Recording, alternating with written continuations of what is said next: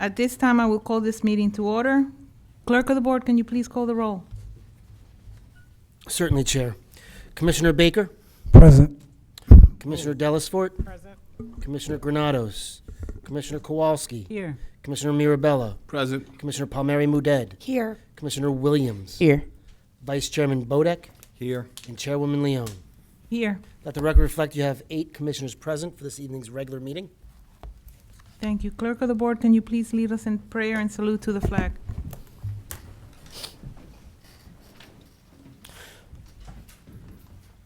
Humbly we ask God, the giver of peace and lover of charity, to give the entire family of nations true agreement with his will, and to grant the light of his spirit on all who work for justice and peace. Amen. I pledge allegiance to the flag of the United States of America and to the republic for which it stands, one nation, under God, indivisible, liberty and justice for all.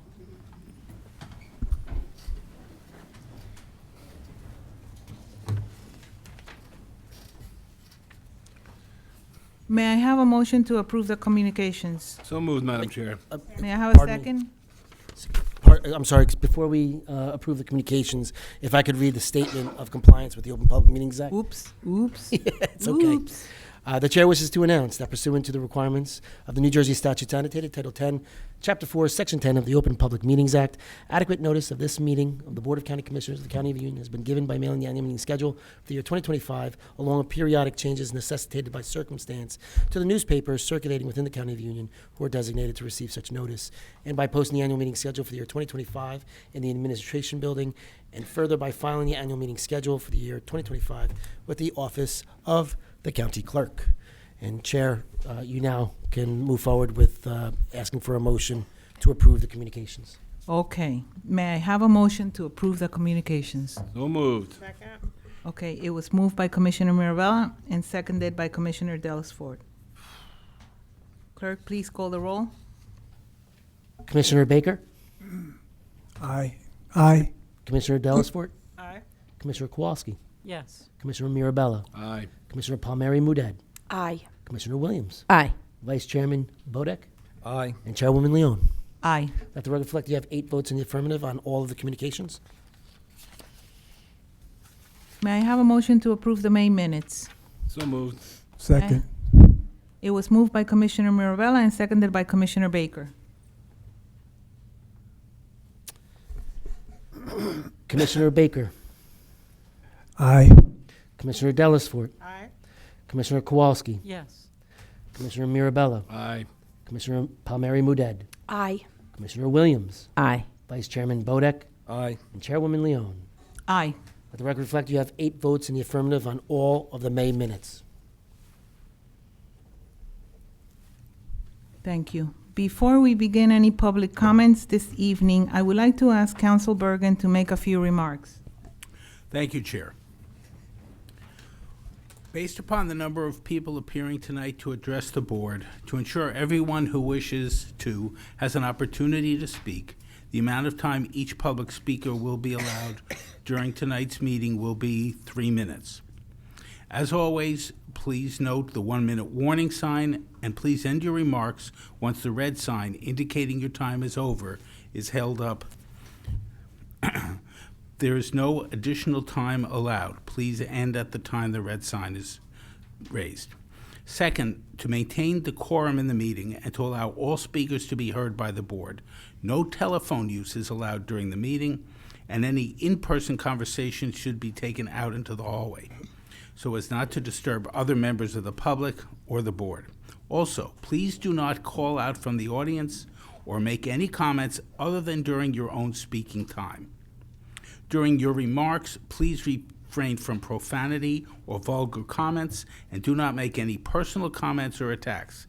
Anyone violating these rules may have their speaking time ended.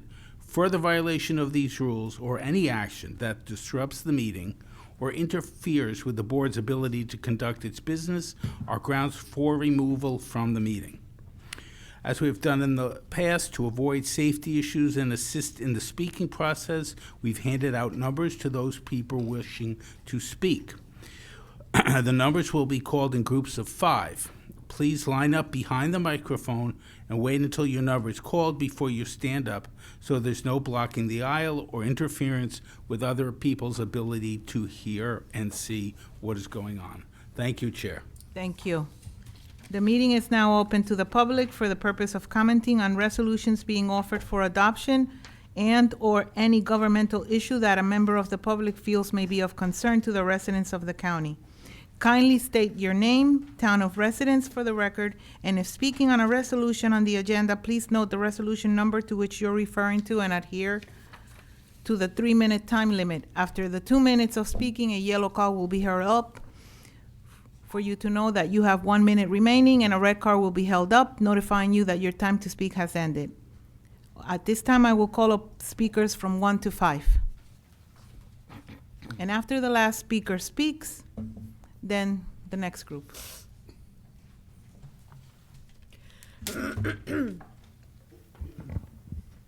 Salam Ismail, Elizabeth, New Jersey, representing National United Youth Council Incorporated. And I'm primarily here to give you some ideas.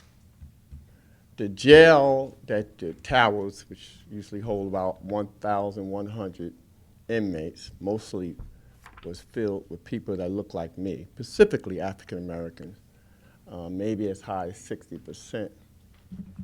And I mean African American, I don't mean Latino, I don't mean nobody else. Those were the numbers. New Jersey, 61%, as high as 63% represented people that look just like me. Now, we already have a detention center in Elizabeth for federal ICE purposes, whatever that is.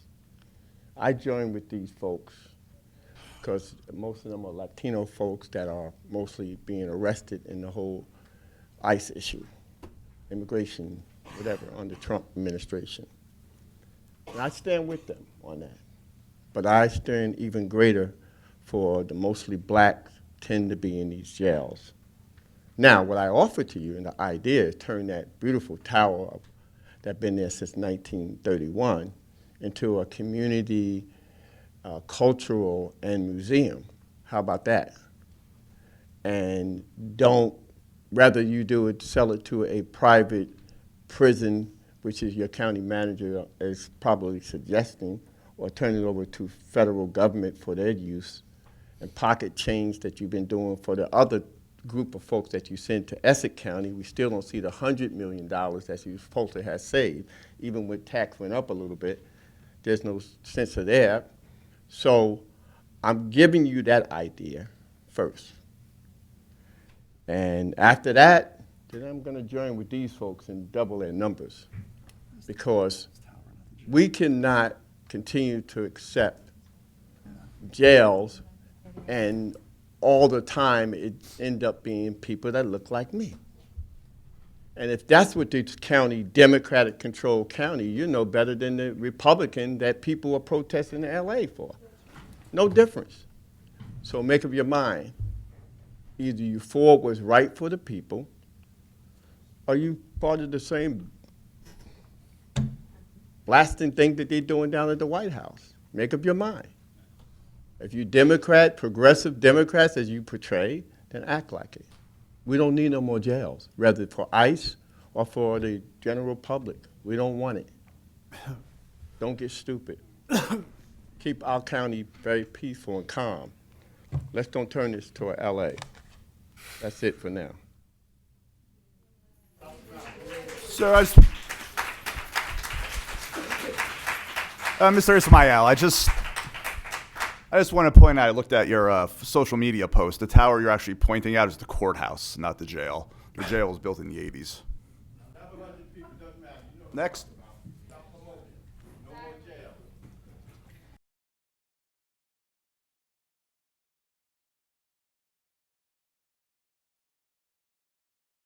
I'm Doreen Fraga, Saddlebrook, New Jersey. I'm with Animal Protection League of New Jersey. I'm here on a totally different subject.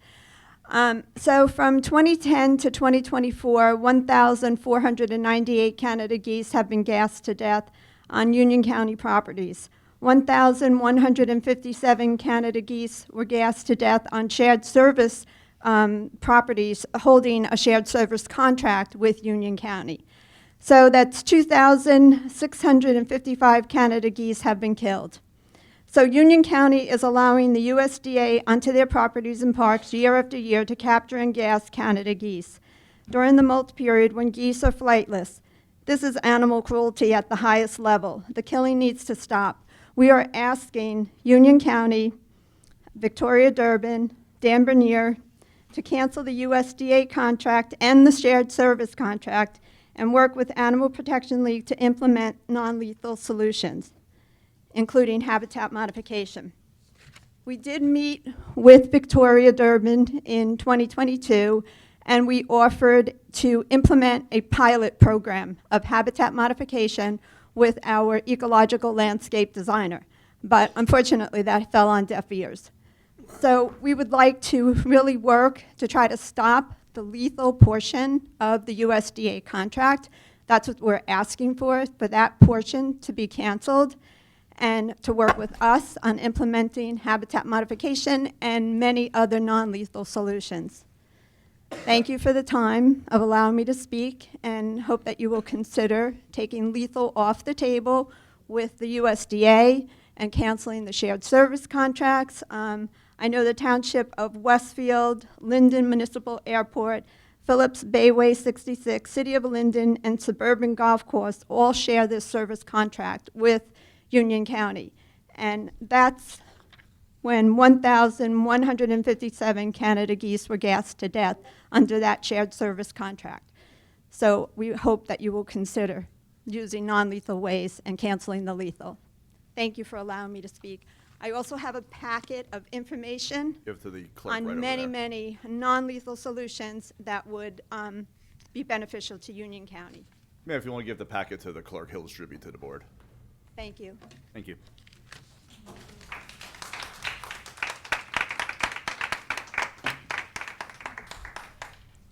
If there's anyone with that were handed numbers 6 through 10, by all means approach. Also, still 3? Okay. 3 to 5 can come 3 up, for and 5, 6 you to can 10 get in line. 3 to 5, you can stand up and wait at the podium. I'm gonna. We'll hold off on 6 through 10. Hi, my name is Pamela Sturt from Hillsdale. I know I'm a little far afield here. I'm speaking on the same subject that Doreen was. I don't really have a lot of new information to add to that, but I wanted to add my voice to the request to take the lethal solution off the table. Some of you may have compassion for animals, and if you do, I would think that you would want this to end because it's a terrifying process for them when they're rounded up, often separated from their families. This is the time of year when they're raising babies. Canada geese are very devoted to their families. And my mind just went blank. I'm nervous. Take your time. And then when they do get them into the gas chamber, it takes them up to 45 minutes to suffocate to death. So it's not a humane euthanasia. It's not like when your dog gets old and they're no longer enjoying life and you take them to the vet and they die peacefully. It's a horrendous, horrible, horrible way to die. So we are hoping that you will think about that. And also, I would like to point out that if this contract was canceled, which you guys are paying, not you guys personally, but the county or whatever, whoever pays for these things, is paying for this year after year. If they go with some of the Animal Protection League's suggestions, such as the habitat modification or other suggestions that they may have, that's not something you have to pay for every year. It sometimes can be, I suppose, a one-time expense to modify a habitat or whatever, but then it's done. And the problem is usually, if not completely solved, almost completely solved. So we're not denying that there's an issue.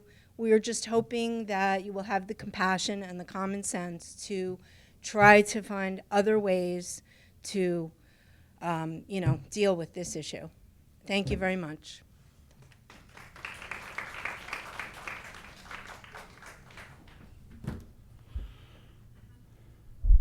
Hi, my name is Irfan Khawaja. I live in Princeton, work in Island. So the board has voted to auction the jail to the highest bidder.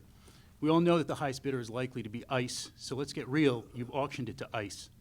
ICE is an agency out of control. The documentation of this fact is incontrovertible. It goes back more than a decade and runs to hundreds of pages.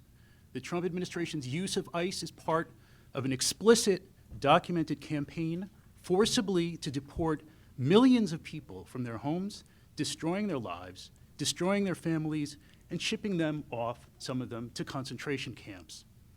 One likely aim of this campaign is to exploit the crisis it creates to usher in a dictatorship. Given a choice to do otherwise, you've decided to play a willing role in this scheme. Now, you might respond, the deportees are illegals and criminals. Well, the Gestapo had exactly the same excuse. You might say you have a fiduciary responsibility to save the county money. Well, IBM made a lot of money selling punch cards to the Nazis. You might take refuge in silence, but silence is evasion. Am I exaggerating? Well, this is not a topic that can be settled in 3 minutes. So you tell me. I'm willing to engage anyone on this board in a moderated debate at Union County College right down the street. If you think you can justify your actions and you think I'm exaggerating, explain it to me in the biggest auditorium they've got, filled to the brim. But you need to stop running away from this. Either you talk to the people who want to talk, or you deal with those who don't. We've all seen where that leads. So you have my offer, and the choice is yours.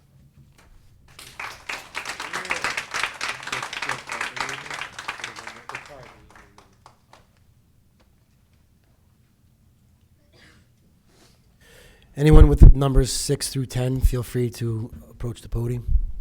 Good evening. My name is Farah Naz. I'm here with Resistencia. Last time I spoke, I urge you to recognize that this isn't just a building. It's about values. It's about people that you're supposed to serve. So tonight, let me be even more clear. We demand that you not even consider accepting bids from any prison or detention center, corporations, not Core Civic, not Geo Group, not any entity profiting off incarceration, immigrant detention, or human suffering. This is not a neutral process. Opening bids to these companies under the excuse of exploration is a political choice that you're making, and a harmful one. These corporations have a documented history of abuse, negligence. It's profit-driven cruelty. It's very, very well documented. You all know this. We all here know this. To allow them even a seat at the table is that a signal that our pain is negotiable, that you're willing to go through with this because you don't really care about the people you serve. Our communities are being marketed and sold off to the highest bidder. In what world does that make sense? The people most impacted are immigrants, families of the incarcerated, people targeted by ICE that are telling you this, that they're not safe, and to please not do this. Are you willing to listen to us? You have a chance right now to course correct, to take incarceration off the table completely. You have the option to reject this idea and to keep your options open to other things, like someone said, a community center.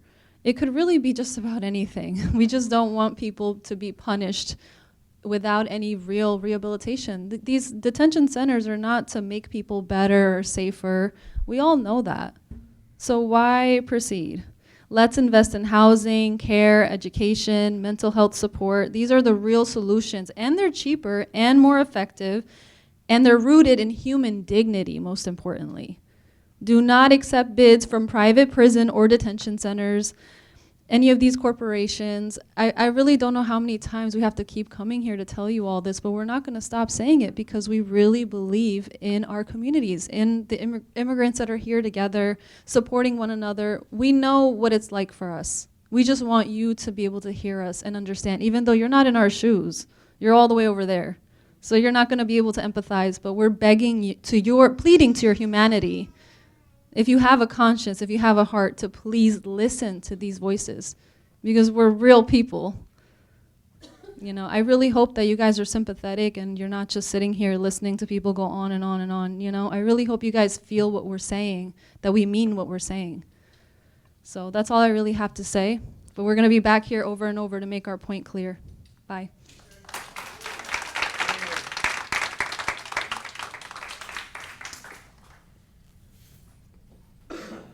Hi, my name's Jean Fortin. I live in Union. I've been here pretty much every month since this topic first came up, usually to speak in the abstract about why the property next door shouldn't be converted into a prison, containing the victims of the federal government's cruel and misguided and abusive immigration policy. But since last month, we've had the opportunity to stand outside Delaney Hall and to meet the non-detained friends, relatives, neighbors, etc., of the hundreds of people who are entrapped by that policy. And we've watched how a private prison system works from the kind of outside, and how it mistreats visitors to the facility. So here are some of the kinds of stories that everyone who works in this county complex is going to be facing if that gets turned into a detention facility. I'm altering some of the details about employment, nation, town of origin, and stuff to protect the anonymity of the family member or the detainee, but I'm going to tell you a few stories. A arrived on a Sunday afternoon from Dover with a translator and her 3 kids, all under the age of 6. One was in her arms. She knew her husband was about to be deported, so she was bringing a backpack with clothes for him to wear once he arrived in his home country.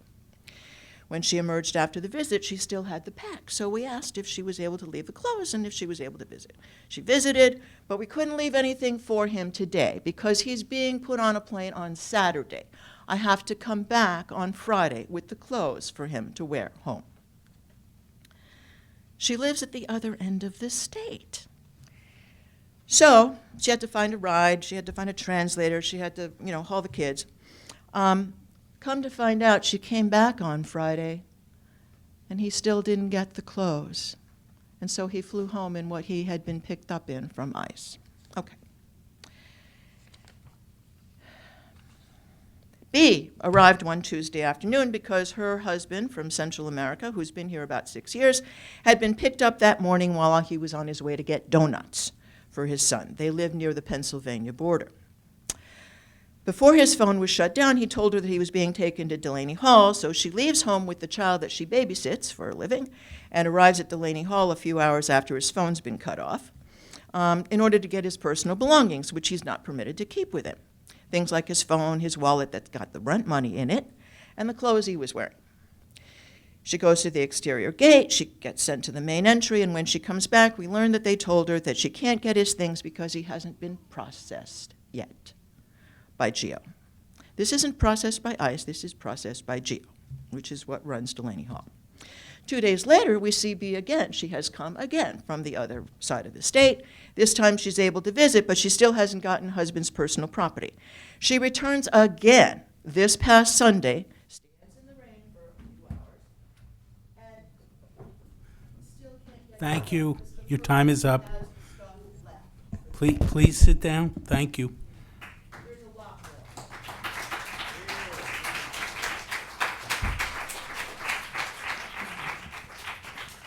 Mike Fabricant, Elizabeth, New Jersey. So I realize, again, on this question, that you have economic responsibilities.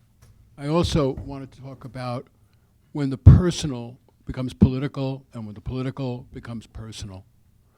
I escort and observe in the New York City courts. I see immigrants, undocumented as well as documented, who walk through that process. And they are as frightened as one can imagine, as anxious. And it's not simply the adults, it's the children as well. I've seen folks from ICE, as someone is coming out of the courtroom, land on basically thin Latin American male and obviously handcuff him. No purpose or reason. His case had been dismissed. He thought he'd been dismissed. He was free. Dismissed in the immigration court means you're no longer eligible for citizenship. And I swooped in. It's also personal for me because I have grandchildren and children who have cousins and in-laws who have green cards and or are undocumented but have been here for a long time.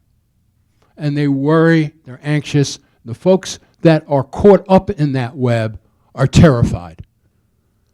So it's personal as well as political. We can see an issue from afar, or we can see an issue close. I suggest that we want to see these questions not only from afar, but close, to understand the human consequences of what decisions are being made here. And why is that important? Because the White House has dictated to ICE 3,000 arrests per day. That's the quota. 3,000 arrests per day, 1.1 million a year. The only thing that slows or halts that process is not building new detention centers. It's the detention centers that make that possible.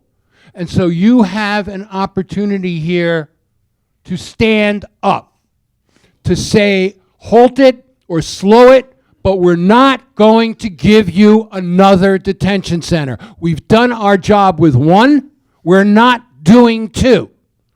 If you can do that, I believe that you will serve this city well, because you are looking at the personal, the political, and the economic, and you're balancing one against the other so that we can all look at ourselves in the mirror years and decades from now. Thank you. Anyone who received the number up to 15, please approach the podium. Good afternoon. I'm Terry Seuss. I've been here before. I heard that the big budget bill passed today. Is that true? Is that true? Did the big budget bill pass today? No. Well, let's hope not, because that means each of you has an opportunity to call all the Republican senators and the Democratic senators and make sure that bill doesn't pass. What's in that bill is $45 billion for more ICE jails.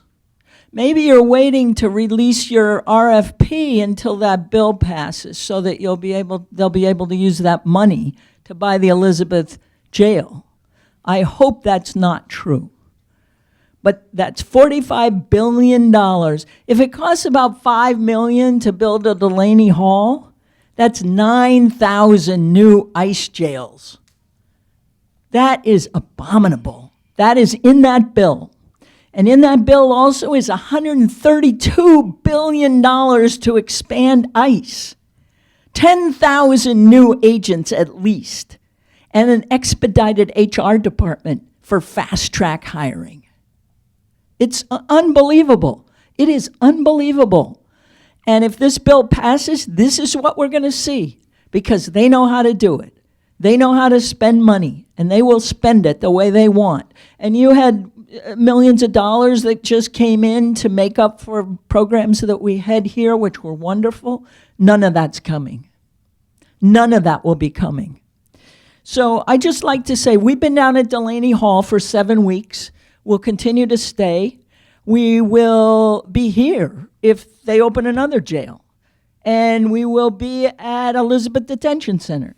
I think all of you should be at the Elizabeth Detention Center, checking in every day. One of you, one different person every day, go down there, take a look, find out if their needs are being met. Because in Delaney Hall, they certainly are not. And we need more congressional oversight there. They should be there every day. So the abuses that we've heard so far, 2 meals a day, not 3. Healthcare, non-existent. Well, I don't know for a fact, but some meds have not been supplied. One man has been beaten up. The word that just came in before we went into this meeting is that there's a big fight going on inside, down there, right now. So what does that say about the frustration level of the people who've been arrested and the conditions that they're being held in? Not good. So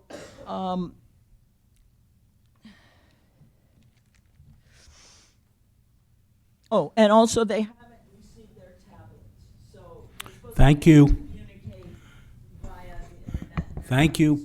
Time is up. Thank you. Pl-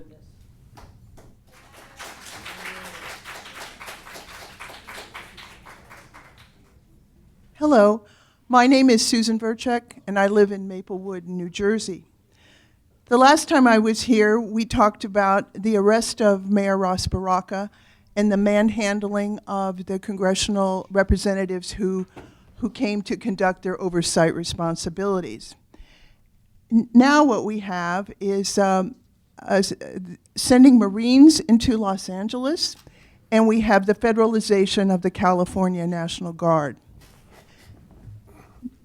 Federalizing the National Guard in this instance is a far cry from what President Eisenhower did when he federalized the Arkansas National Guard to escort black students into a school. Instead, what we have here are efforts to stop protest and to terrify people who are protesting against this terrible immigration policy that's being instituted. 3 months ago, you voted to approve an RFP.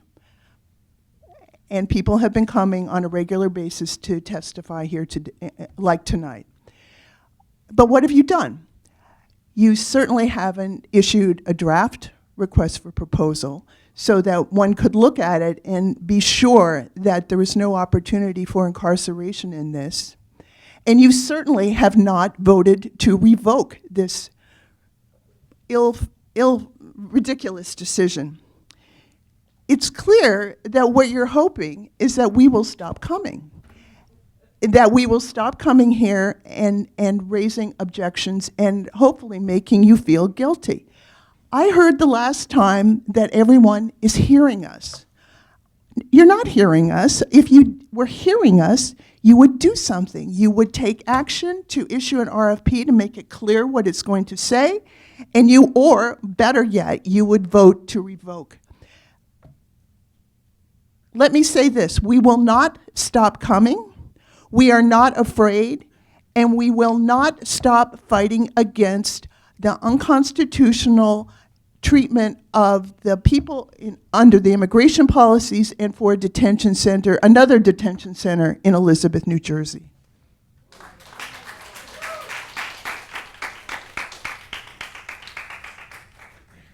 Hi, good evening. My name is Cynthia Galeota, and I'm from South Orange, New Jersey.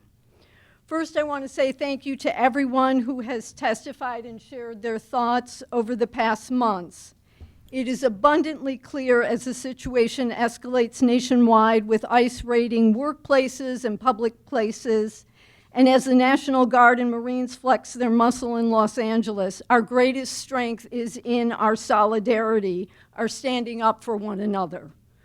Many of us here have been part of the vigils held at Delaney Hall. Our goal is not only to keep our eyes on ICE and get our message across to passing truckers who are loud in their support, but also to assist the families with information about the aid to detainees offered by First Friends of New Jersey and how to access legal representation. Several times I've asked visitors to share how their loved ones came to be locked up in Delaney Hall. I heard about a woman who went for her check-in for a work visa and was taken by ICE. A 60-year-old man who was speaking to a targeted individual on the street but was picked up too as a collateral arrest. That's what they call it. 2 people who were unaware that they should not open the door to ICE. A young man from Guatemala who was taken from his job at a restaurant, and a father arrested on the street after dropping off his child at school. This is happening multiple times daily in communities across this country. Approximately 51,000 people are currently held in detention as this administration targets the entire undocumented population. Some might argue, and maybe some of those are you, would argue that ICE will house its detainees somewhere and it may as well be here. But in fact, to meet its detention targets, the Trump administration will have to massively expand detention capacity. And counties that help them do so are complicit in their lawless roundups. How can a misdemeanor offense, which is what entering the country unlawfully is, merit the detention, deportation, and disappearance of people? How can we call ourselves human when we inflict such tremendous pain and suffering on our fellow human beings? I want to end quickly by reading a portion of a letter written in 1657, which was written 368 years ago in response to an order from Governor Stuyvesant to not let Quakers reside in the town of Flushing due to their religious beliefs. This was their response. We will give the Quakers free egress and regress unto our town and houses as God shall persuade our consciences. For we are bound by the law of God to do good unto all men and evil to no man. Thank you. Okay. Please do the right thing. Protect our community. If anyone Thank has you. received a number up to 20, please approach the podium, up to 20. Hi, my name is Mallory Saltzman. I'm from Westfield, New Jersey. And firstly, I want to thank the 3 commissioners who voted against the resolution to explore the sale of the jail and the adjacent building. I was against this resolution because I do not want to see these properties sold or resold to a private company with the potential use to cruelly house ICE detainees, many who are illegally incarcerated and deported without due process. No, neither a private prison nor an ICE detention facility is serving our community. I ask you to reconsider this sale. The county can continue to oversee and repurpose the building. It can be used for something that is for the good of our community. Something like affordable housing, which is needed in New Jersey.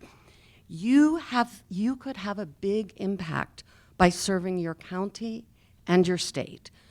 Your constituents have expressed over and over again that it is time to change the course of this sale, and it is time to tell us what your plans are. Thank you very much.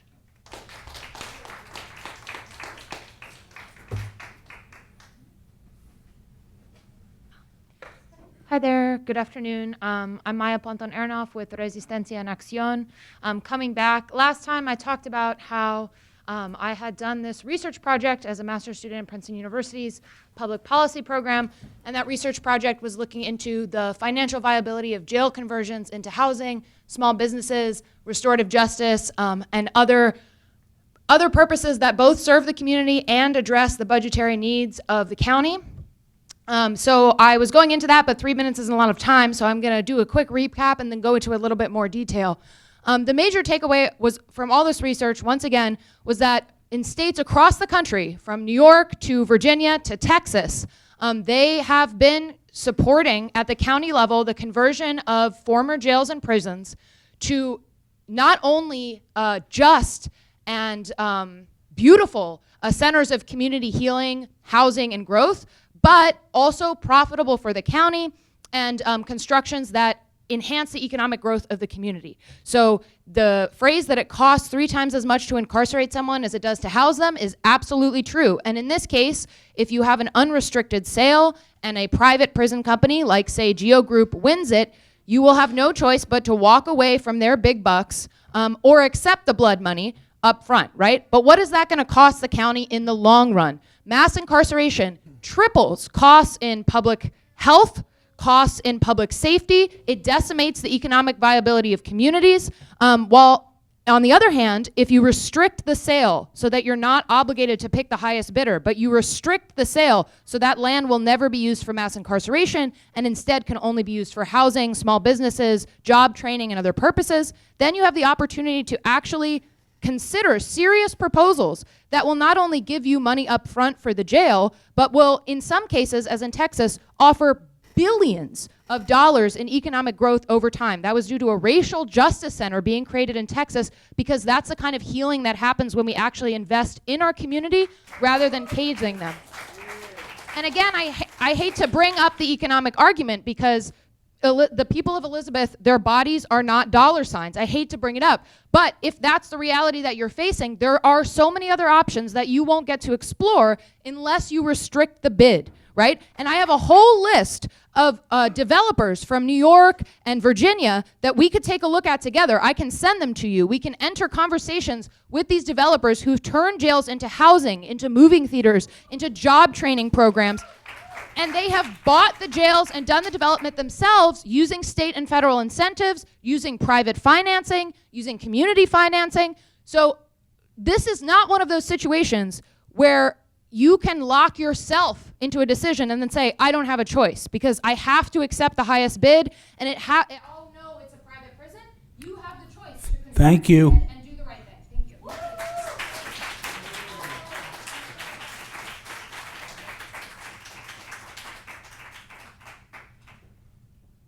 We called for numbers up to 20.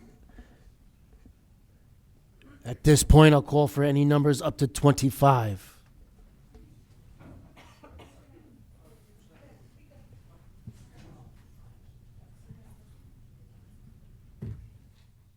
Hey, I'm Teresa. I'm from Rahway. I was here in April. Question about the RFP.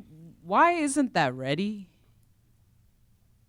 That would be great to have an answer to that at the end, as far as why. Because I asked that 2 months ago, so just curious. As everyone touched on, I mean, it's really bad right now. Somehow we're living in a time where somebody who just wants to go to work goes out of their house, gets in their car, and was taken by 3 men that we don't even know who they are. And then their documents are taken so they can't even fight for themselves. And they're shipped away and nobody cares or nobody knows. I'm personally like so disappointed in all of our leaders. Anyone that can do something. I've called local police departments to see if they have a contingency plan on the ground to protect civilians. I've called the governor, I've called representatives. Nobody wants to do anything. They say it's not their jurisdiction. Well, what about the people that are doing this? Who is the criminal? Like, how are they allowed to do this? How are they allowed to go and take someone from their car? Have you ever felt like that? I can't personally imagine that. And I'm so disappointed in this country right now. I don't understand. So this is ICE in America at this time. As everybody touched on, they're actively harming people. And I don't think we can understate the consequences that they're going to have, the ripple effect, not only on their families, but on all the other people that interact with them. We don't understand the impact that's going to have. That's stuff that you can't get back. Once it's done, it's done. That's how trauma works, right? So I asked last April in this meeting, and I'll ask again today, can any of you commit at the end of this meeting to us, to the community, that you will not allow for this sale to go to an ICE detention company? To commit to it. Because that would relieve so many people, not only in this room, but the people that can't even be here because they are too afraid. We just want the commitment. That's the right thing to do. So that's all I have to say.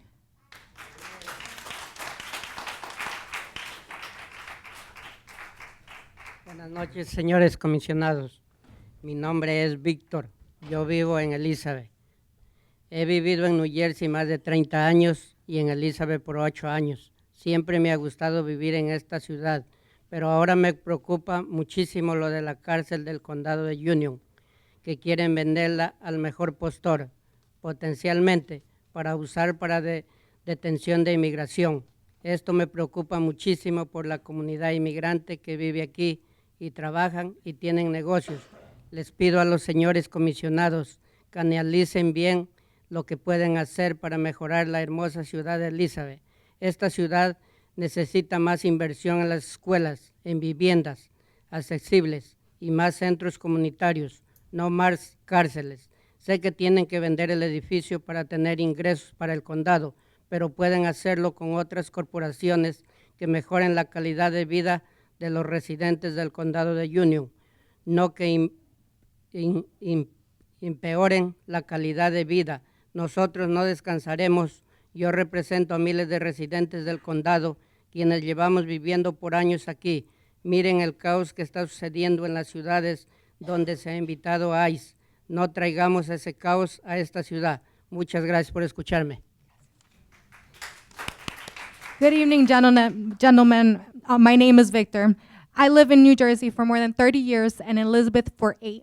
I've always enjoyed living in the city, but now I'm deeply concerned about the Union County Jail, which they want to sell to the highest bidder, potentially to be used for immigration detention. This worries me greatly for the immigrant communities that live, work, and own businesses here. I ask you, commissioners, to carefully analyze what you do to improve the beautiful city of Elizabeth. The city needs more investment in schools, affordable housing, and more community centers, not more prisons. I know you have to sell the building to generate revenue for the county, but you can do so with other corporations that improve the quality of life for Union County residents, not worsen it. I represent thousands of county residents who have been here for years. Please, look at the chaos that is happening around the country where ICE was invited. Do not bring that chaos here. Thank you. Thank you very much for listening.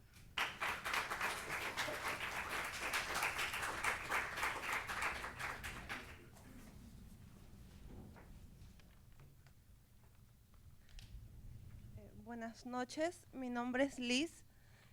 Soy un miembro de Se Hace Camino Nueva Jersey. Vivo en Elizabeth, New Jersey, con mi esposo y mis hijos. Mi hijo estudia en la escuela pública de Elizabeth. Vinimos a este país buscando un mundo mejor. Nos hemos adaptado a vivir aquí, nos gusta y somos miembros activos de esta comunidad. La razón por la que estoy aquí es para pedir a los comisionados del condado de Union que se comprometan públicamente a decir no a la construcción de una cárcel aquí. Hemos visto claramente lo que pasa cuando se abren las puertas a ICE en nuestra comunidad. Cada día que veo en los noticieros me da dolor y miedo y frustración de ver a mi comunidad inmigrante tratada como criminales y sin dignidad.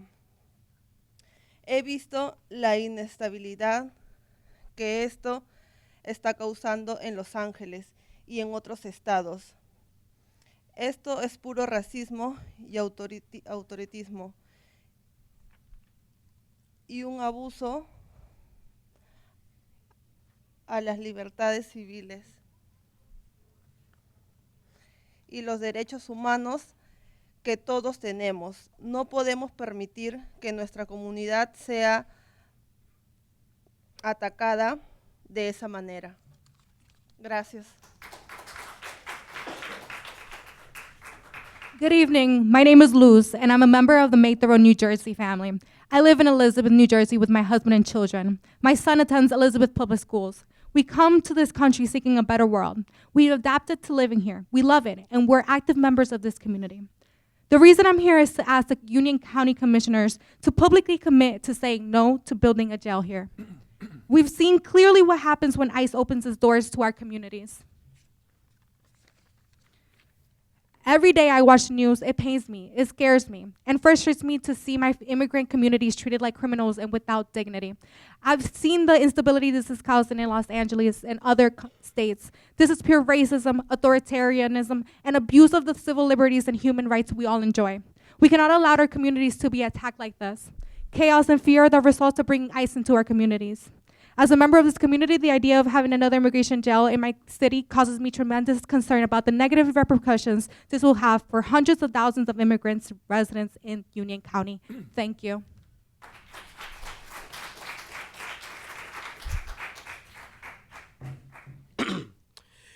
Good evening, Commissioners. My name is Jordi Hernandez. I'm the Union County Co-Chair of of Union County DSA, and I'm also the member of CWA.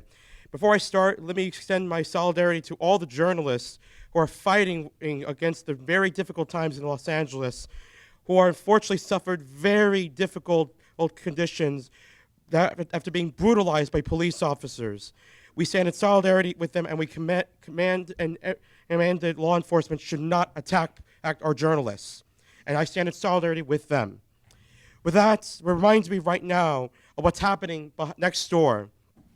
We're seeing a rise of a Gestapo named ICE attacking in front of our communities, ripping apart families, destroying lives, and attacking the people that we love the most.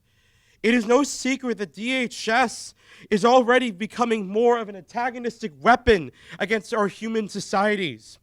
And I'm seeing a community being united to fight back against a detention center and a potential sale that could end up becoming a detention center for immigration and customs enforcement. This should never be in our backyard, and we must call on our community members to stand up against ICE. But right now, we're also calling on county commissioners to do the right thing. We ask you to reject the bids from ICE and from detention centers who wants to create it. As I'm speaking to you right now, there was a fight in Delaney Hall, and there's been concerns about these conditions going on. And I will be checking in with them after I speak tonight, which is why I'm demanding you to do one thing. If you dare give ICE or any private prison company an opportunity to take over that prison next door, you are the contributors to fascism and the Trump administration. It is exactly what I've seen with Democrats recently, just like what we've seen with the Republicans. I will never allow this to happen. Our communities are going to be fighting against ICE and the rapacious Gestapo that is destroying the immigrants. The enemy of the people will be them, and of course, we are not going to be fighting alone. We must unify against the end of the rapacious ICE that is going against us. We have to end it. We need something better. Put a museum, put anything that supports our community instead of a rapacious system that is attacking against us. It is time we call our county commissioners to do the right thing, or else if you choose to side with the detention center, you are siding with fascism. I'm done here, but remember, we're watching what you do.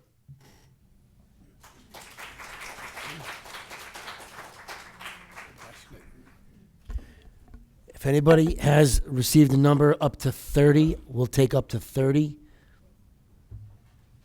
Good evening. My name is Lily Benavides. I live in Parsippany, but I have family in Union County. I was here before as well as other people. I don't know what you guys think is going to happen when you open that jail for ICE. We just had a situation at home yesterday. And I've been fighting for immigrant rights like for 20 years. And my granddaughter was stopped by the police. And the policeman there to ask her if she was a citizen. We don't know where that question came from, or we do. But there was no reason for that. There was not even a reason for her to be stopped. And this is what you guys doing when you think on opening the next door to ICE. They are already on the streets, kidnapping people, disappearing people, innocent people, mothers, fathers, even children. And now you want to have it here all the time, permanently. So they have an excuse to stop people driving without a reason and take them to jail just because of the money. That's the only reason. And as I understand, you are all Democrats. Okay, so I don't see the difference with the administration now because you're doing the same thing. You're collaborating with that. You're cooperating with that.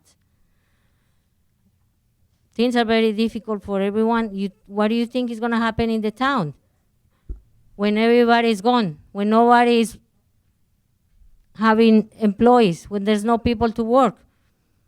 Is any of you going to work, take those jobs? I don't think so, right? I didn't come here almost 40 years ago with my two oldest kids for this to happen in my family or any one of the people that have been here. No, we won't allow that. We will be here 1,000 times. We will be on the street. We are not going to allow that to happen. Please do the right thing. Excuse me, Jimmy. Have 1 second before the next speaker? Certainly.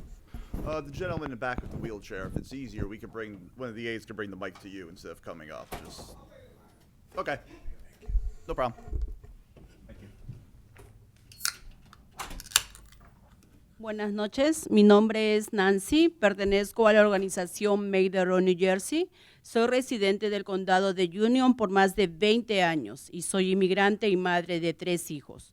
Nosotros, al igual que miles de familias que han vivido en este país por décadas, hemos venido luchando por tener una vida con respeto y dignidad por nuestras familias y la comunidad. Hemos logrado salir adelante creando un futuro para nuestros hijos, con su educación, su trabajo y contribuyendo a la economía y desarrollo de este país. Es por eso que, a nombre mío y de mi comunidad, nos sentimos indignados a la posibilidad de que el condado de Union quiere hacer negocios con ICE para hacer una nueva cárcel en nuestra comunidad y en nuestra ciudad donde crecieron mis hijos, estudiaron y trabajamos día a día. Lo que estamos viendo hoy en día en otros estados como Los Ángeles es un terror de ver a familias separadas tratadas sin dignidad y el caos que esto ocasiona. No queremos ver esto en nuestra county. Las actitudes de esta administración es una muestra de autoritarianismo. Y esto no es la fundación que ha hecho a este país un poder en el mundo. Exigimos o queremos que los comisionados se comprometan públicamente a no hacer negocios con ICE. ¿Se comprometen?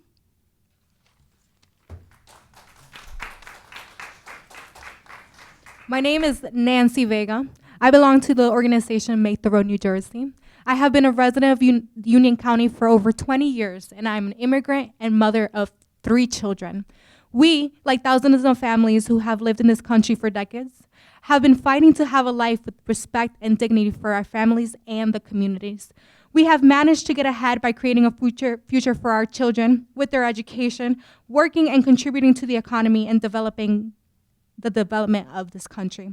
This is why, on behalf of myself and my community, we feel outraged at the possibility that Union County may want to do business with ICE to build a new jail in our community and in our city where my children grew up, studied, and worked day to day.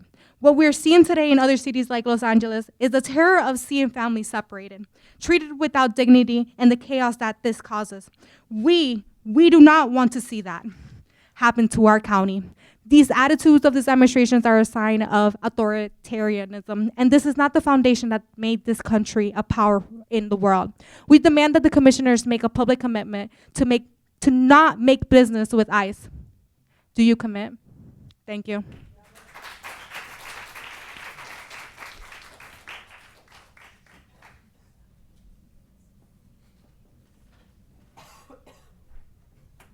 Good evening.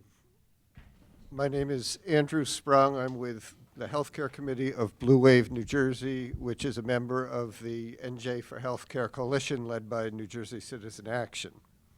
I'm here to speak in support of Resolution 563, which asks our New Jersey congressional delegation to reject the savage cuts to Medicaid and Obamacare and SNAP in the reconciliation bill that passed the House last month. After many years of twists and turns, the Affordable Care Act has cut the nation's uninsured rate almost in half, from 15% in 2013 to 8% in 2024. It has done this mainly through 2 programs, the ACA Medicaid expansion, which provides Medicaid to 21 million low-income adults, including 550,000 in New Jersey, and by subsidizing private coverage in the ACA marketplace, aka Obamacare, which now covers 24 million Americans, including 513,000 in New Jersey. Republicans' pending mega bill, which passed the House on May 22nd, would roll back about 3/4 of these gains, according to the Nonpartisan Congressional Budget Office. The House bill would cut spending on Medicaid and Obamacare by $900 billion over 10 years, and increase the number of uninsured Americans by 11 million. Add in Republican refusal to extend funding for the improvements to Obamacare premium subsidies passed in 2021, which expires at the end of this year, and the increase in the uninsured population rises to 16 million, according to the Congressional Budget Office. Republicans have designed their cuts so that they can explain away these hard statistical facts and the widespread suffering they will cause. Instead of cutting eligibility or funding formulas, except for lawfully present non-citizens in Obamacare, whom they do deprive of subsidy eligibility, they have designed a series of administrative roadblocks that past experience shows are certain to drive millions of people out of coverage. Chief among these is the requirement that low-income adults document their monthly work or work-related hours or show cause why they are not employed. While over 90% of current enrollees subject to these work reporting requirements either work, attend school, are caregivers, or are unable to work due to illness or disability, requiring documentation of this at regular intervals has been shown to drive eligible people out of coverage. The same is true for a host of other new administrative hurdles the bill adds to both Medicaid and ACA marketplace enrollment. Republicans falsely state that these measures only target the undocumented and cut, quote, waste, fraud, and abuse. The bill does penalize states that use their own funds without federal aid. Thank you, sir. Your time is up.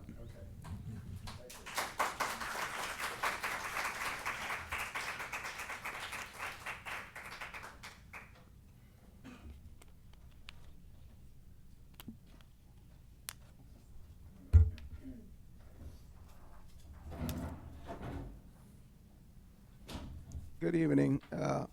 My name is Javier Robles. I am the president of the New Jersey Latino Action Network. And I want to just start by saying that I am a graduate of Elizabeth High School and went through the Elizabeth school system. And never as a student did I have a, Guatemalan or Dominican or, someone else that was going to school with me fear that their mom would be picked up while working or that their brother would be thrown in jail by ICE or any of these things. And that's the Elizabeth that I remember.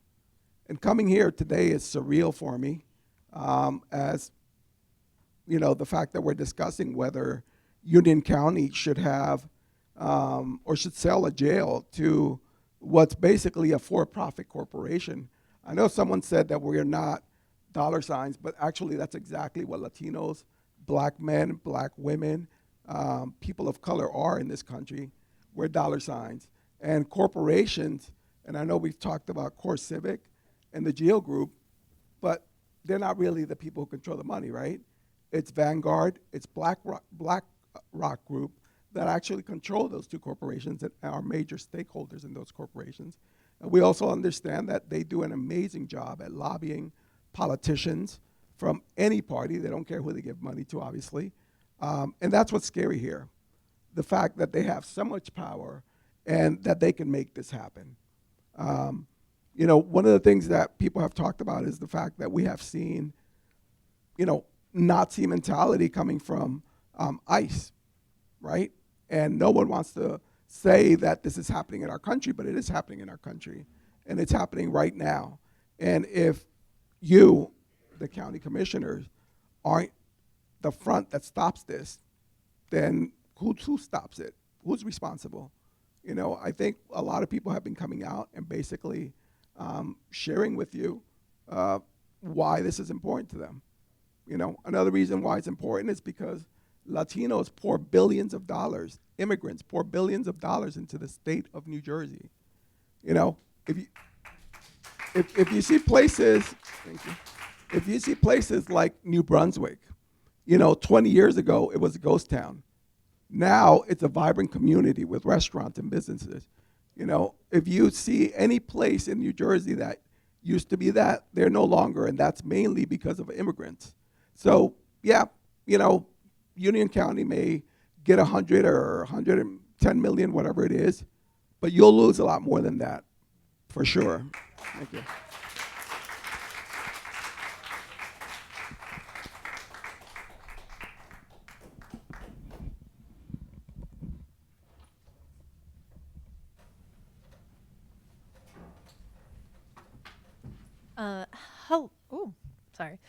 Hi, my name is Rose Emily. I'm a longtime resident of Elizabeth, born and raised. My mom came here in the 80s. My dad also came here in the 80s.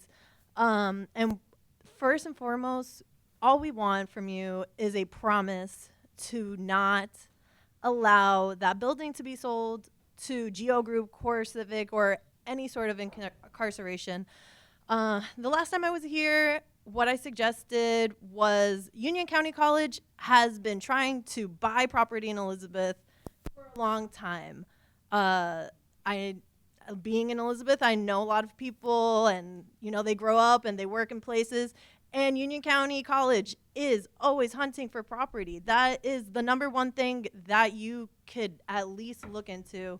Or Kane University, Elizabeth public school system has an extreme shortage of not just schools, but teachers, of principals. They do a dance with the principals. They'll have a vice principal here, a vice principal there, pretending to be a principal, but that is not their duty. They're having issues with letting go of people because even if they're not meeting their marks as teachers, they still have to teach, and they can't let them go because there's no one there to replace them. No matter how many bonuses they create, they can't get new teachers.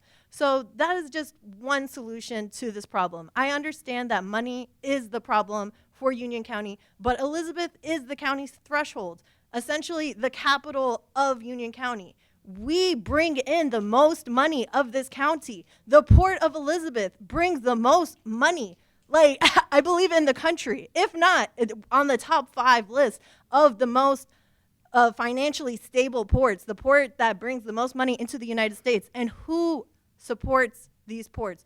Who works these ports? The people that are attempting to do ports. And not only this, we think that right now is just undocumented people or someone with a parking ticket or whatever it might be. This is a slippery slope. My mother, she came from Cuba. Not before Castro, there was Batista. Both of those people went and hunted for people. Both of them looked for any reason. It started with one thing: you are a dissident. And then all of a sudden, you have a bad opinion and you're murdered. You're taken away, you're put in prison, your fingernails are ripped off, you're disemboweled into the streets. That is reality. Not here, thank God. But it starts with people who are undocumented, and then it goes into people with green cards. And then what happens to birthright citizens? I myself am a birthright citizen. I know a lot of police officers are birthright citizens. Half of this room is probably a birthright citizen. We need to think about the city of Elizabeth when you are putting an ICE center. Because what is Broad Street? What is Elizabeth Ave? What is Morris Ave? What is Elmora? How many of those people are undocumented people who are business owners paying hundreds, thousands Thank you. of dollars into taxes?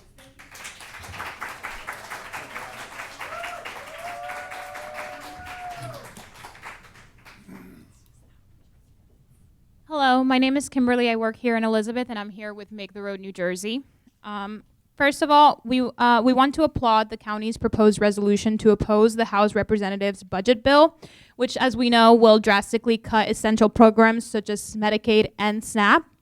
These budget cuts would cause direct harm to the people of Union County, causing tens of thousands of people in this county to lose access to health insurance and other basic necessities. It's also important to remember that this budget bill would also provide billions of dollars to the detention and deportation machine, giving funding to ICE to open thousands of detention centers in our country, including right here in the state of New Jersey and in the county of Union. Instead of helping our communities, that money will be used to continue separating families and to continue funding military attacks against civilians exercising their constitutional rights. The harm that would be brought to this community due to this bill and due to the expansion of immigration enforcement would be grave. And we are grateful to the commissioners for stating their opposition to this bill. We also hope that you will underscore that you are opposed to the expansion of immigration detention here in the city of Elizabeth. I also want this to serve as a reminder that Union County is watching. We are watching to see whether you will be responding to the relentless attacks that are being experienced by our working class and immigrant communities. We thank the commissioners for making the decision to oppose this bill, and we hope that you will continue to show your opposition for this administration's war on the people of Union County. Thank you for your time. I've called for numbers up to 30. Anyone received up to 30? And now I'll call up to anyone who received a number up to 35. Please feel free to approach the podium.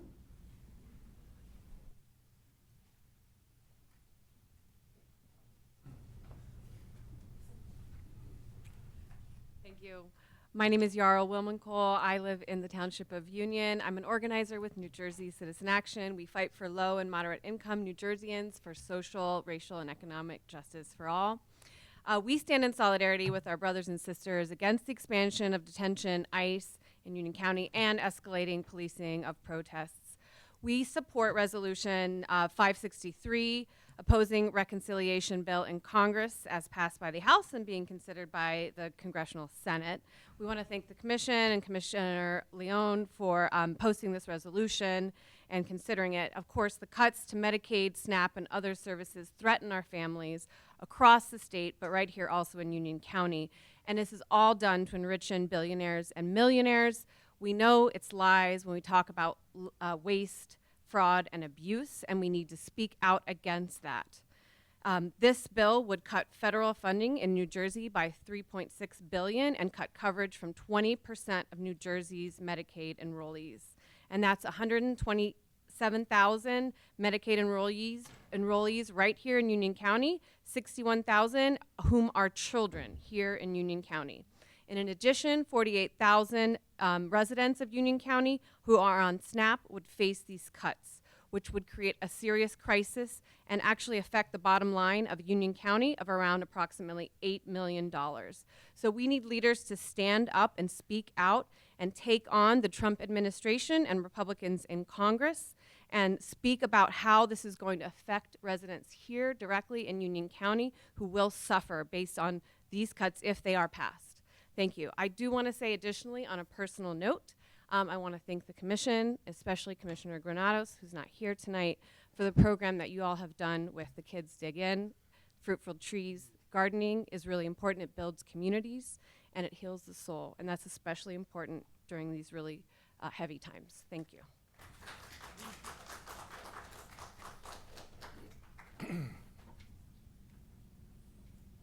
Good evening. My name is Paula Bornstein. Some of you may know me as one of the directors of the Elizabeth Arts Council and an advocate of historic preservation in the city of Elizabeth. It would be wonderful. We have advocated over the years for more support of the arts and culture in this city, and it would be wonderful to see a reuse of this building in that direction. But more than that, we need to recognize, all of us, as individual citizens, as people in government, we are living in extremely dangerous times. We are at a terrifying crossroads in this country. And we need to take a stand. And that's, I think, what everybody is asking for you to take a stand that would say that this county, this city of Elizabeth, we are interested in human rights, we are proponents of democracy, we are against the terrifying situation that is going on in this country, the attacks on immigrants, and the attacks on all of our democratic rights.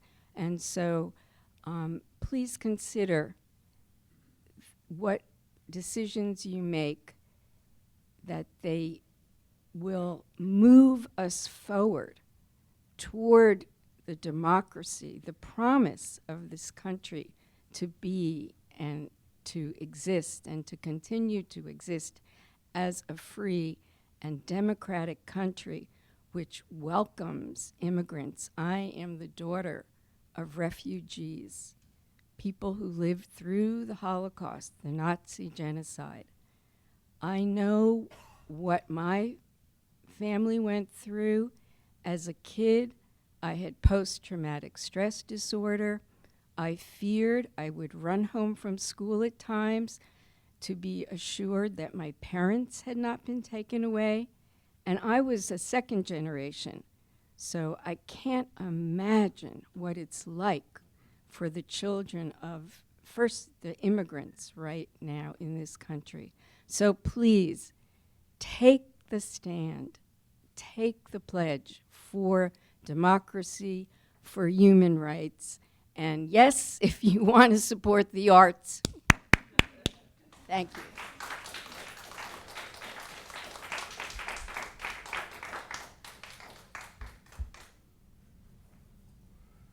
Hello again.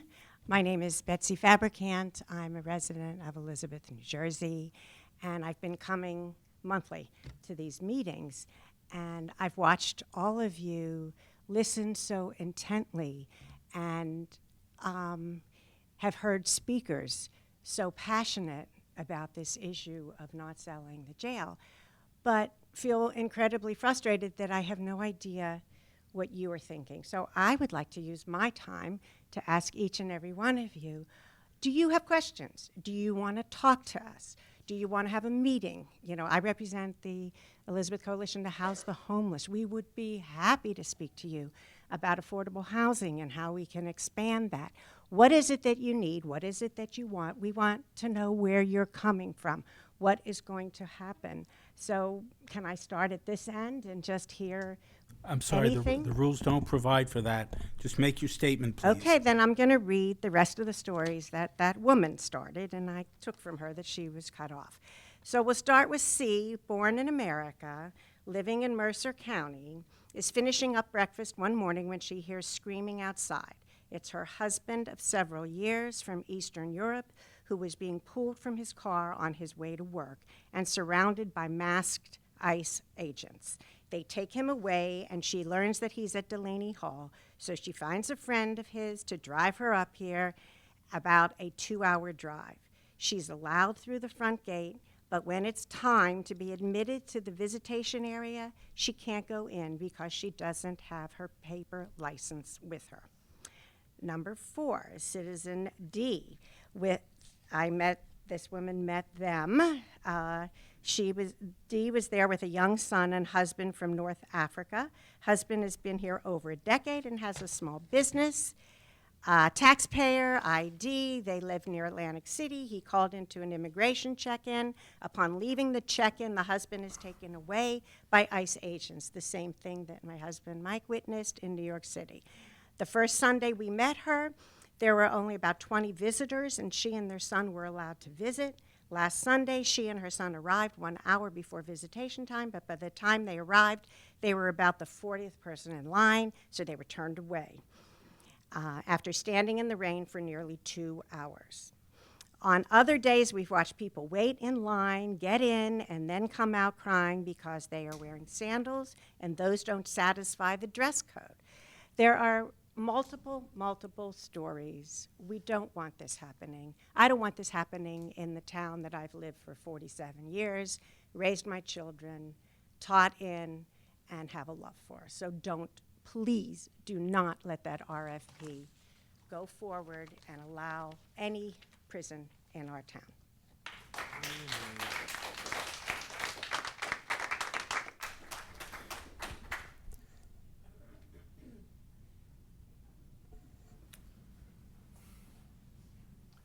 Good evening. I'm Adam McGovern. I work with Wind of the Spirit Immigrant Resource Center in Plainfield, whose city council president told me before this meeting, quote, "We don't want that in our communities," unquote, in relation to the proposed and still very too possible ICE jail. And, you know, we've all spent the last few days seeing what it looks like when you have a federal detention center right in the middle of a city. A cousin of mine didn't see it on TV. He saw it up close, and I'd like to read a bit of what he said to me. Quote, "Hundreds of government agents, including LAPD, CHP, FBI, Torrance PD, Hawthorne PD, Santa Barbara PD, some military dudes in helmets, and a brand new Chevy SUV of some sort, and that's just what I saw, all made formations to terrorize the people, and a guy so terrified of jail floored his car into a couple of kids as the police line approached. The kid's body landed on the sidewalk almost at my feet. I figured he was dead. Everyone was running. Paramedics were not coming. He got up somehow and was wanting to go home. I told him I was going to take him to the hospital. I wanted to take him to USC in Boyle Heights since that's a major trauma center, but he didn't want his family to know where he had been. So I took him to St. Joseph's in Burbank, where I waited until he went in. He didn't even tell us his name. Hopefully he's all right. And, you know, when you go home tonight, you'll also see a lot about the riot going on at Delaney Hall right now. I've been getting reports on it as we sit here, and it sounds really brutal. That's what you're inviting into this community if you even think about doing this. Now, there are three among you, one who unfortunately isn't here tonight, who didn't need to wait to see this because they were able to see ahead to the misery and chaos that even thinking of placing a new ICE dungeon in the middle of town would cause. Something else you may have seen a few hours ago is a United States senator being assaulted and cuffed by ICE goons for trying to pose a question at a Kristi Noem press conference. And while many a Democrat without Senator Padilla's courage and character has manicured their comments to decry the abuse of power, they avoid saying what that power is being abused for, which is persecuting people who have done no wrong for an ethnic cleansing agenda. It reminded me of how I was once told by someone who's now running for governor, a staffer of hers, that the fact that she had called for an investigation of Cameroonian women in ICE captivity being forced sterilized, the fact she'd called for an investigation shouldn't be construed as her saying the women should be released. So we need you guys to care about human beings. We need you to be human beings. And we need you to tell us what's in that RFP, why we, the public, aren't seeing it, how we can be consulted, and have some of you stand up and say you're going to vote no now. Because if you do, it's going to force a more positive outcome. And, you know, you may say we know where you stand, but so far it just looks like you're ducking. So we need you to stand. Thank you.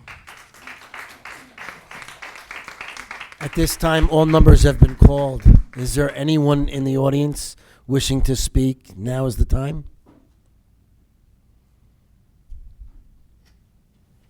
Chair, I defer to you. Seeing no one else wishing to speak, I officially close the public comment and ask the county manager if he would like to respond to any of the speaker comments and questions. No, Chair. Okay. May I have a motion to adopt resolutions 2025-494 through 2025-582? So moved. May I have? Okay. It was moved by Vice Chair Vodek and seconded by Commissioner Mirabella. Clerk of the Board, can you please call the roll? Certainly. This is for Resolution 2025-494 through 2025-582. Commissioner Baker. Aye. Commissioner Dellisfort. Aye. Commissioner Kowalski. No to 2025-494, yes to the rest. Commissioner Mirabella. Aye. Commissioner Palmieri Mudet. Aye. Commissioner Williams. Aye. Vice Chairman Bodek. Aye. And Chairwoman Leone. Aye. Let the record reflect you have 8 votes in the affirmative on all resolutions, with the exception of Resolution 2025 I believe I heard 494, where you have 7 votes in the affirmative and 1 vote in the negative. Thank you. At this time, I will call upon my colleagues for comments, and I will start with Commissioner Kowalski. Thank you, Chairwoman. Thank you to all of the people who've come to speak with us. I know we'll be interacting more in the future. I'd also like to take a moment now to recognize the efforts of our Union County Department of Parks and Recreation and its director, Victoria Durbin Drake, for bringing us community center programs for the summertime. We have the free summer swim lesson program at Rawway River Pool. It's offered in partnership with the Gateway Family at YMCA. This program provides swim lessons for children aged 3 to 12, seniors 65 and older, and adult participants. And it's important to have this vital life skill. And of course, a sincere thank you to Chairwoman Lourdes Leone for making this a priority in her initiatives. These commitments to equity and access in summer activities are what keep our county moving forward. I'd also like to thank everyone who voted and participated in this week's primary election. Special thanks to the Board of Elections and our county clerk and her office and all the poll workers. It was a very long day, election day, and before that we had early voting. And so thank you to all who participated and who made that day possible. Thank you, Chairwoman. Thank you. Commissioner Mirabella. Thank you, Madam Chair. I'm pleased to announce that Union County is expanding its textile recycling program to include the Township of Cranford, joining our existing partners in Plainfield, Summit, and Scotch Plains. This initiative, in partnership with HelpSee, allows residents to drop off unwanted clothing, shoes, and other household linens in any condition for reuse or recycling. Since launching earlier this year, we've already diverted over 23,000 pounds of textiles from the waste stream. The new drop-off location is located at the Cranford Conservation Center on Birchwood Avenue. For full details and hours, please visit ucnj.org/recycling. We're proud to continue making sustainable choices easier for our residents.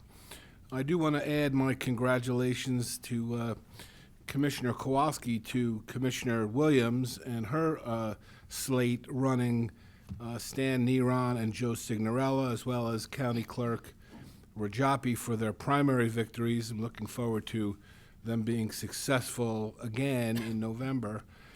I want to congratulate all graduates of this coming month, either past or moving forward. And I don't care if you're graduating from kindergarten or middle school, high school, college, technical school, anything. It's a good achievement, and I want to congratulate those individuals.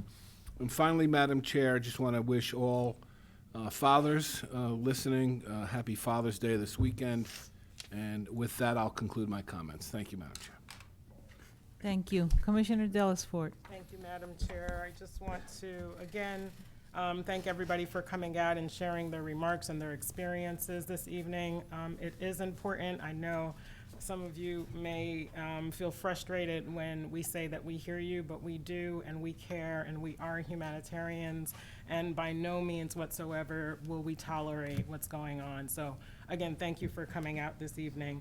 Congratulations to the NAACP in that same vein for their commitment to civil liberties and to just really ushering forward community empowerment. And also a congratulations to my fellow Commissioner Rebecca Williams on her reelection, as well as our Clerk Rajapi and Stan Neron and Signorelli.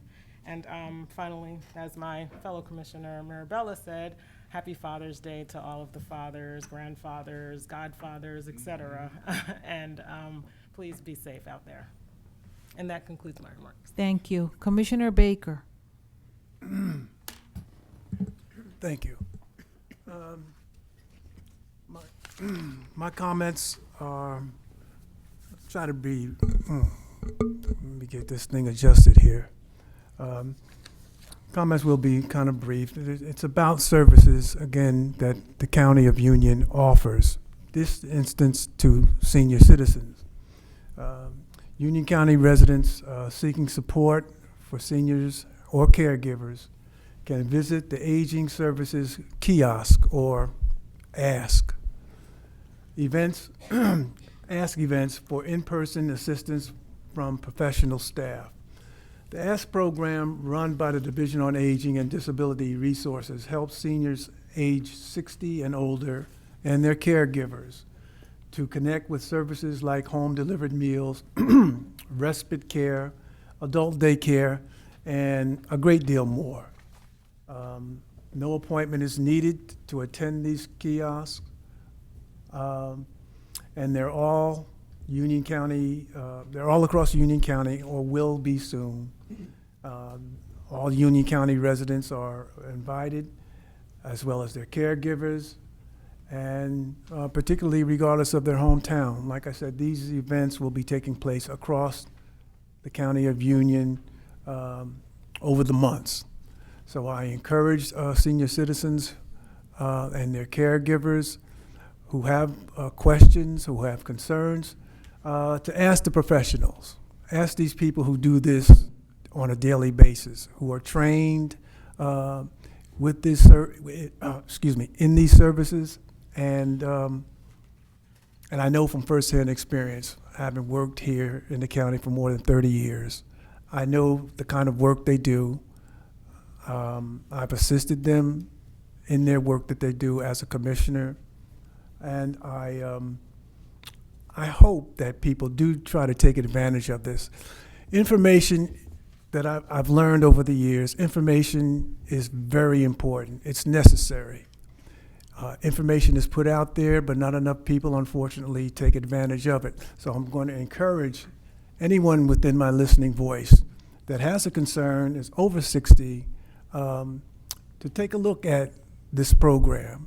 Attend one of these kiosks, and I'm sure that you'll walk away satisfied. You'll get an answer to your question. And Madam Chair, I think that concludes my comments. Thank you, Commissioner Bakers. Commissioner Williams. Thank you, Chairwoman. Good evening, everyone. I'm glad that a lot of folks came out this evening to make their voices heard on a variety of topics. Of course, the majority of you, of course, are here regarding the RFP that has not been completed as yet.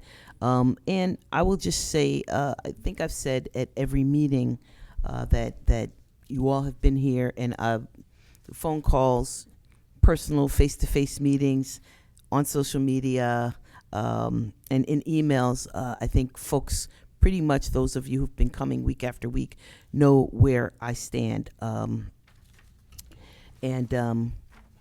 I do hope that I would say that I do hope that you understand that I was one of the commissioners who voted to close the jail. So it's not something that I would be in favor of to reopen it for a carceral purpose. But you can certainly reach out to me through the different ways that I mentioned to talk to me further about it. But I think I've made my commitment month after month, and I'll continue to make that commitment. So, and I appreciate everyone coming out here to voice your opinions and your concerns, especially, you know, as many of you said, in regard to what we are seeing in the streets of Los Angeles and across the country. Now, on another note, I do want to acknowledge that you know, it has been a privilege of mine to attend and speak at several LGBTQ Pride Month events and flag raisings across Union County, from Plainfield to Union Township, Rahway, Springfield, and several more, including the one we had here at our own outside at the courthouse. And you know, we look at these as affirmations of love and of visibility and of inclusion.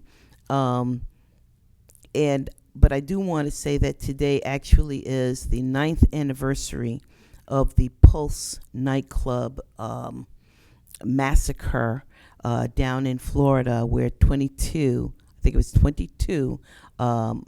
black and brown young LGBTQ folks were gunned down in Florida just for being gay, being lesbian, being trans, and so forth.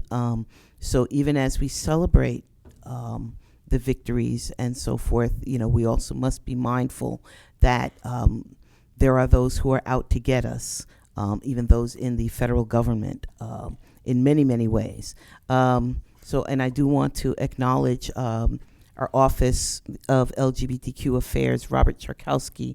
Robert has been present and visible at numerous LGBTQ Pride events throughout the month, and we're not even halfway through the month, and our calendar is full. We want to make sure that we are visible. I want to also give an extra shout out to PFLAG of Cranford and Union. They have tabled at almost every single event, and it really is important that we have allies with us to continue the fight for, you know, equity and inclusion. So I wanted to just say once again, happy Pride Month and happy No King's Day. If you know, you know. Thank you. Thank you, Chair.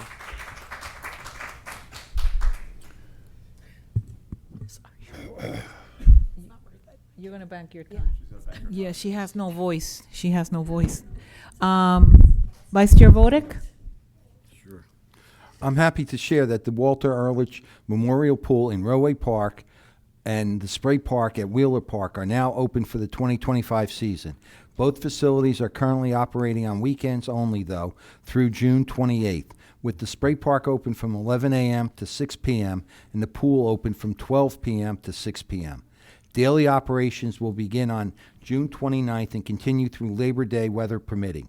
We encourage residents to check ucnj.org the day before their visit for any weather-related closures or schedule changes, which will be posted on our social media pages and reservation hotline. I'd also like to give a shout-out to our county manager and our parks director and all the other staff that were involved for the wonderful concert they put on, Rhythm and Blues in Plainfield. I was there early. The weather wasn't the best, but we still had a fantastic turnout, and I think everybody had a good time. That concludes my remarks. Thank you, Vice Chair. Council Bergen? Thank you, Chair. Nothing this evening. County Manager Oatman? No comments, Chair. Thank you. So I'm the last one. Okay, I just want to share with everyone that we are listening. We hear your voices. And I also want to comment on, I had a very fulfilling last 2 weeks and wanted to share with you that I have been visiting senior centers. It's one of my initiatives, Coffee with the Commissioner, because we want to put out there all the county can offer our residents. And I was joined by Commissioner Granado and Under Sheriff Caparuba, and it was very successful. We had a lot of information to offer, the Lifesaver program, which is something that can help children that are on the spectrum or patients that have Alzheimer's if they get lost, if they run away from home. And the sheriff is 100% on this program, and we're there to help them. I also want to share that in the spirit of wellness and access to recreation, we've been breaking ground in a lot of our parks. We just want to make them better for our residents. And we just cut the ribbon for brand new tennis and pickleball courts in Warananco. We announced 2 state-of-the-art fitness courts coming to Phil Risuta Park and Robbie Rigger Park. And this has been made possible through the partnership of Verizon and the National Fitness Campaign. I was also joined by Commissioner Palmieri Mudet and Commissioner Kowalski as we celebrated the Senior Community Art Exhibit, where we had over 165 pieces, and they were just amazing. And we had one artist that is 104 years old, and he looks actually better than me. So we are going to put those art pieces, I think in September out there or October. Oh, yeah. Yes, and they were just amazing. And finally, I joined my colleagues at the 47th Annual Portugal Day Parade, and I was Portuguese for one day, and I ate a lot of Portuguese food, and I gained some weight. And thank you to everyone, and have a happy Father's Day, and that is it. So can I have a motion to adjourn? Second. It was moved by Commissioner Mirabella and seconded by Vice Chair Bodek. All in favor say aye. Aye. The meeting is now adjourned. Thank you, everyone.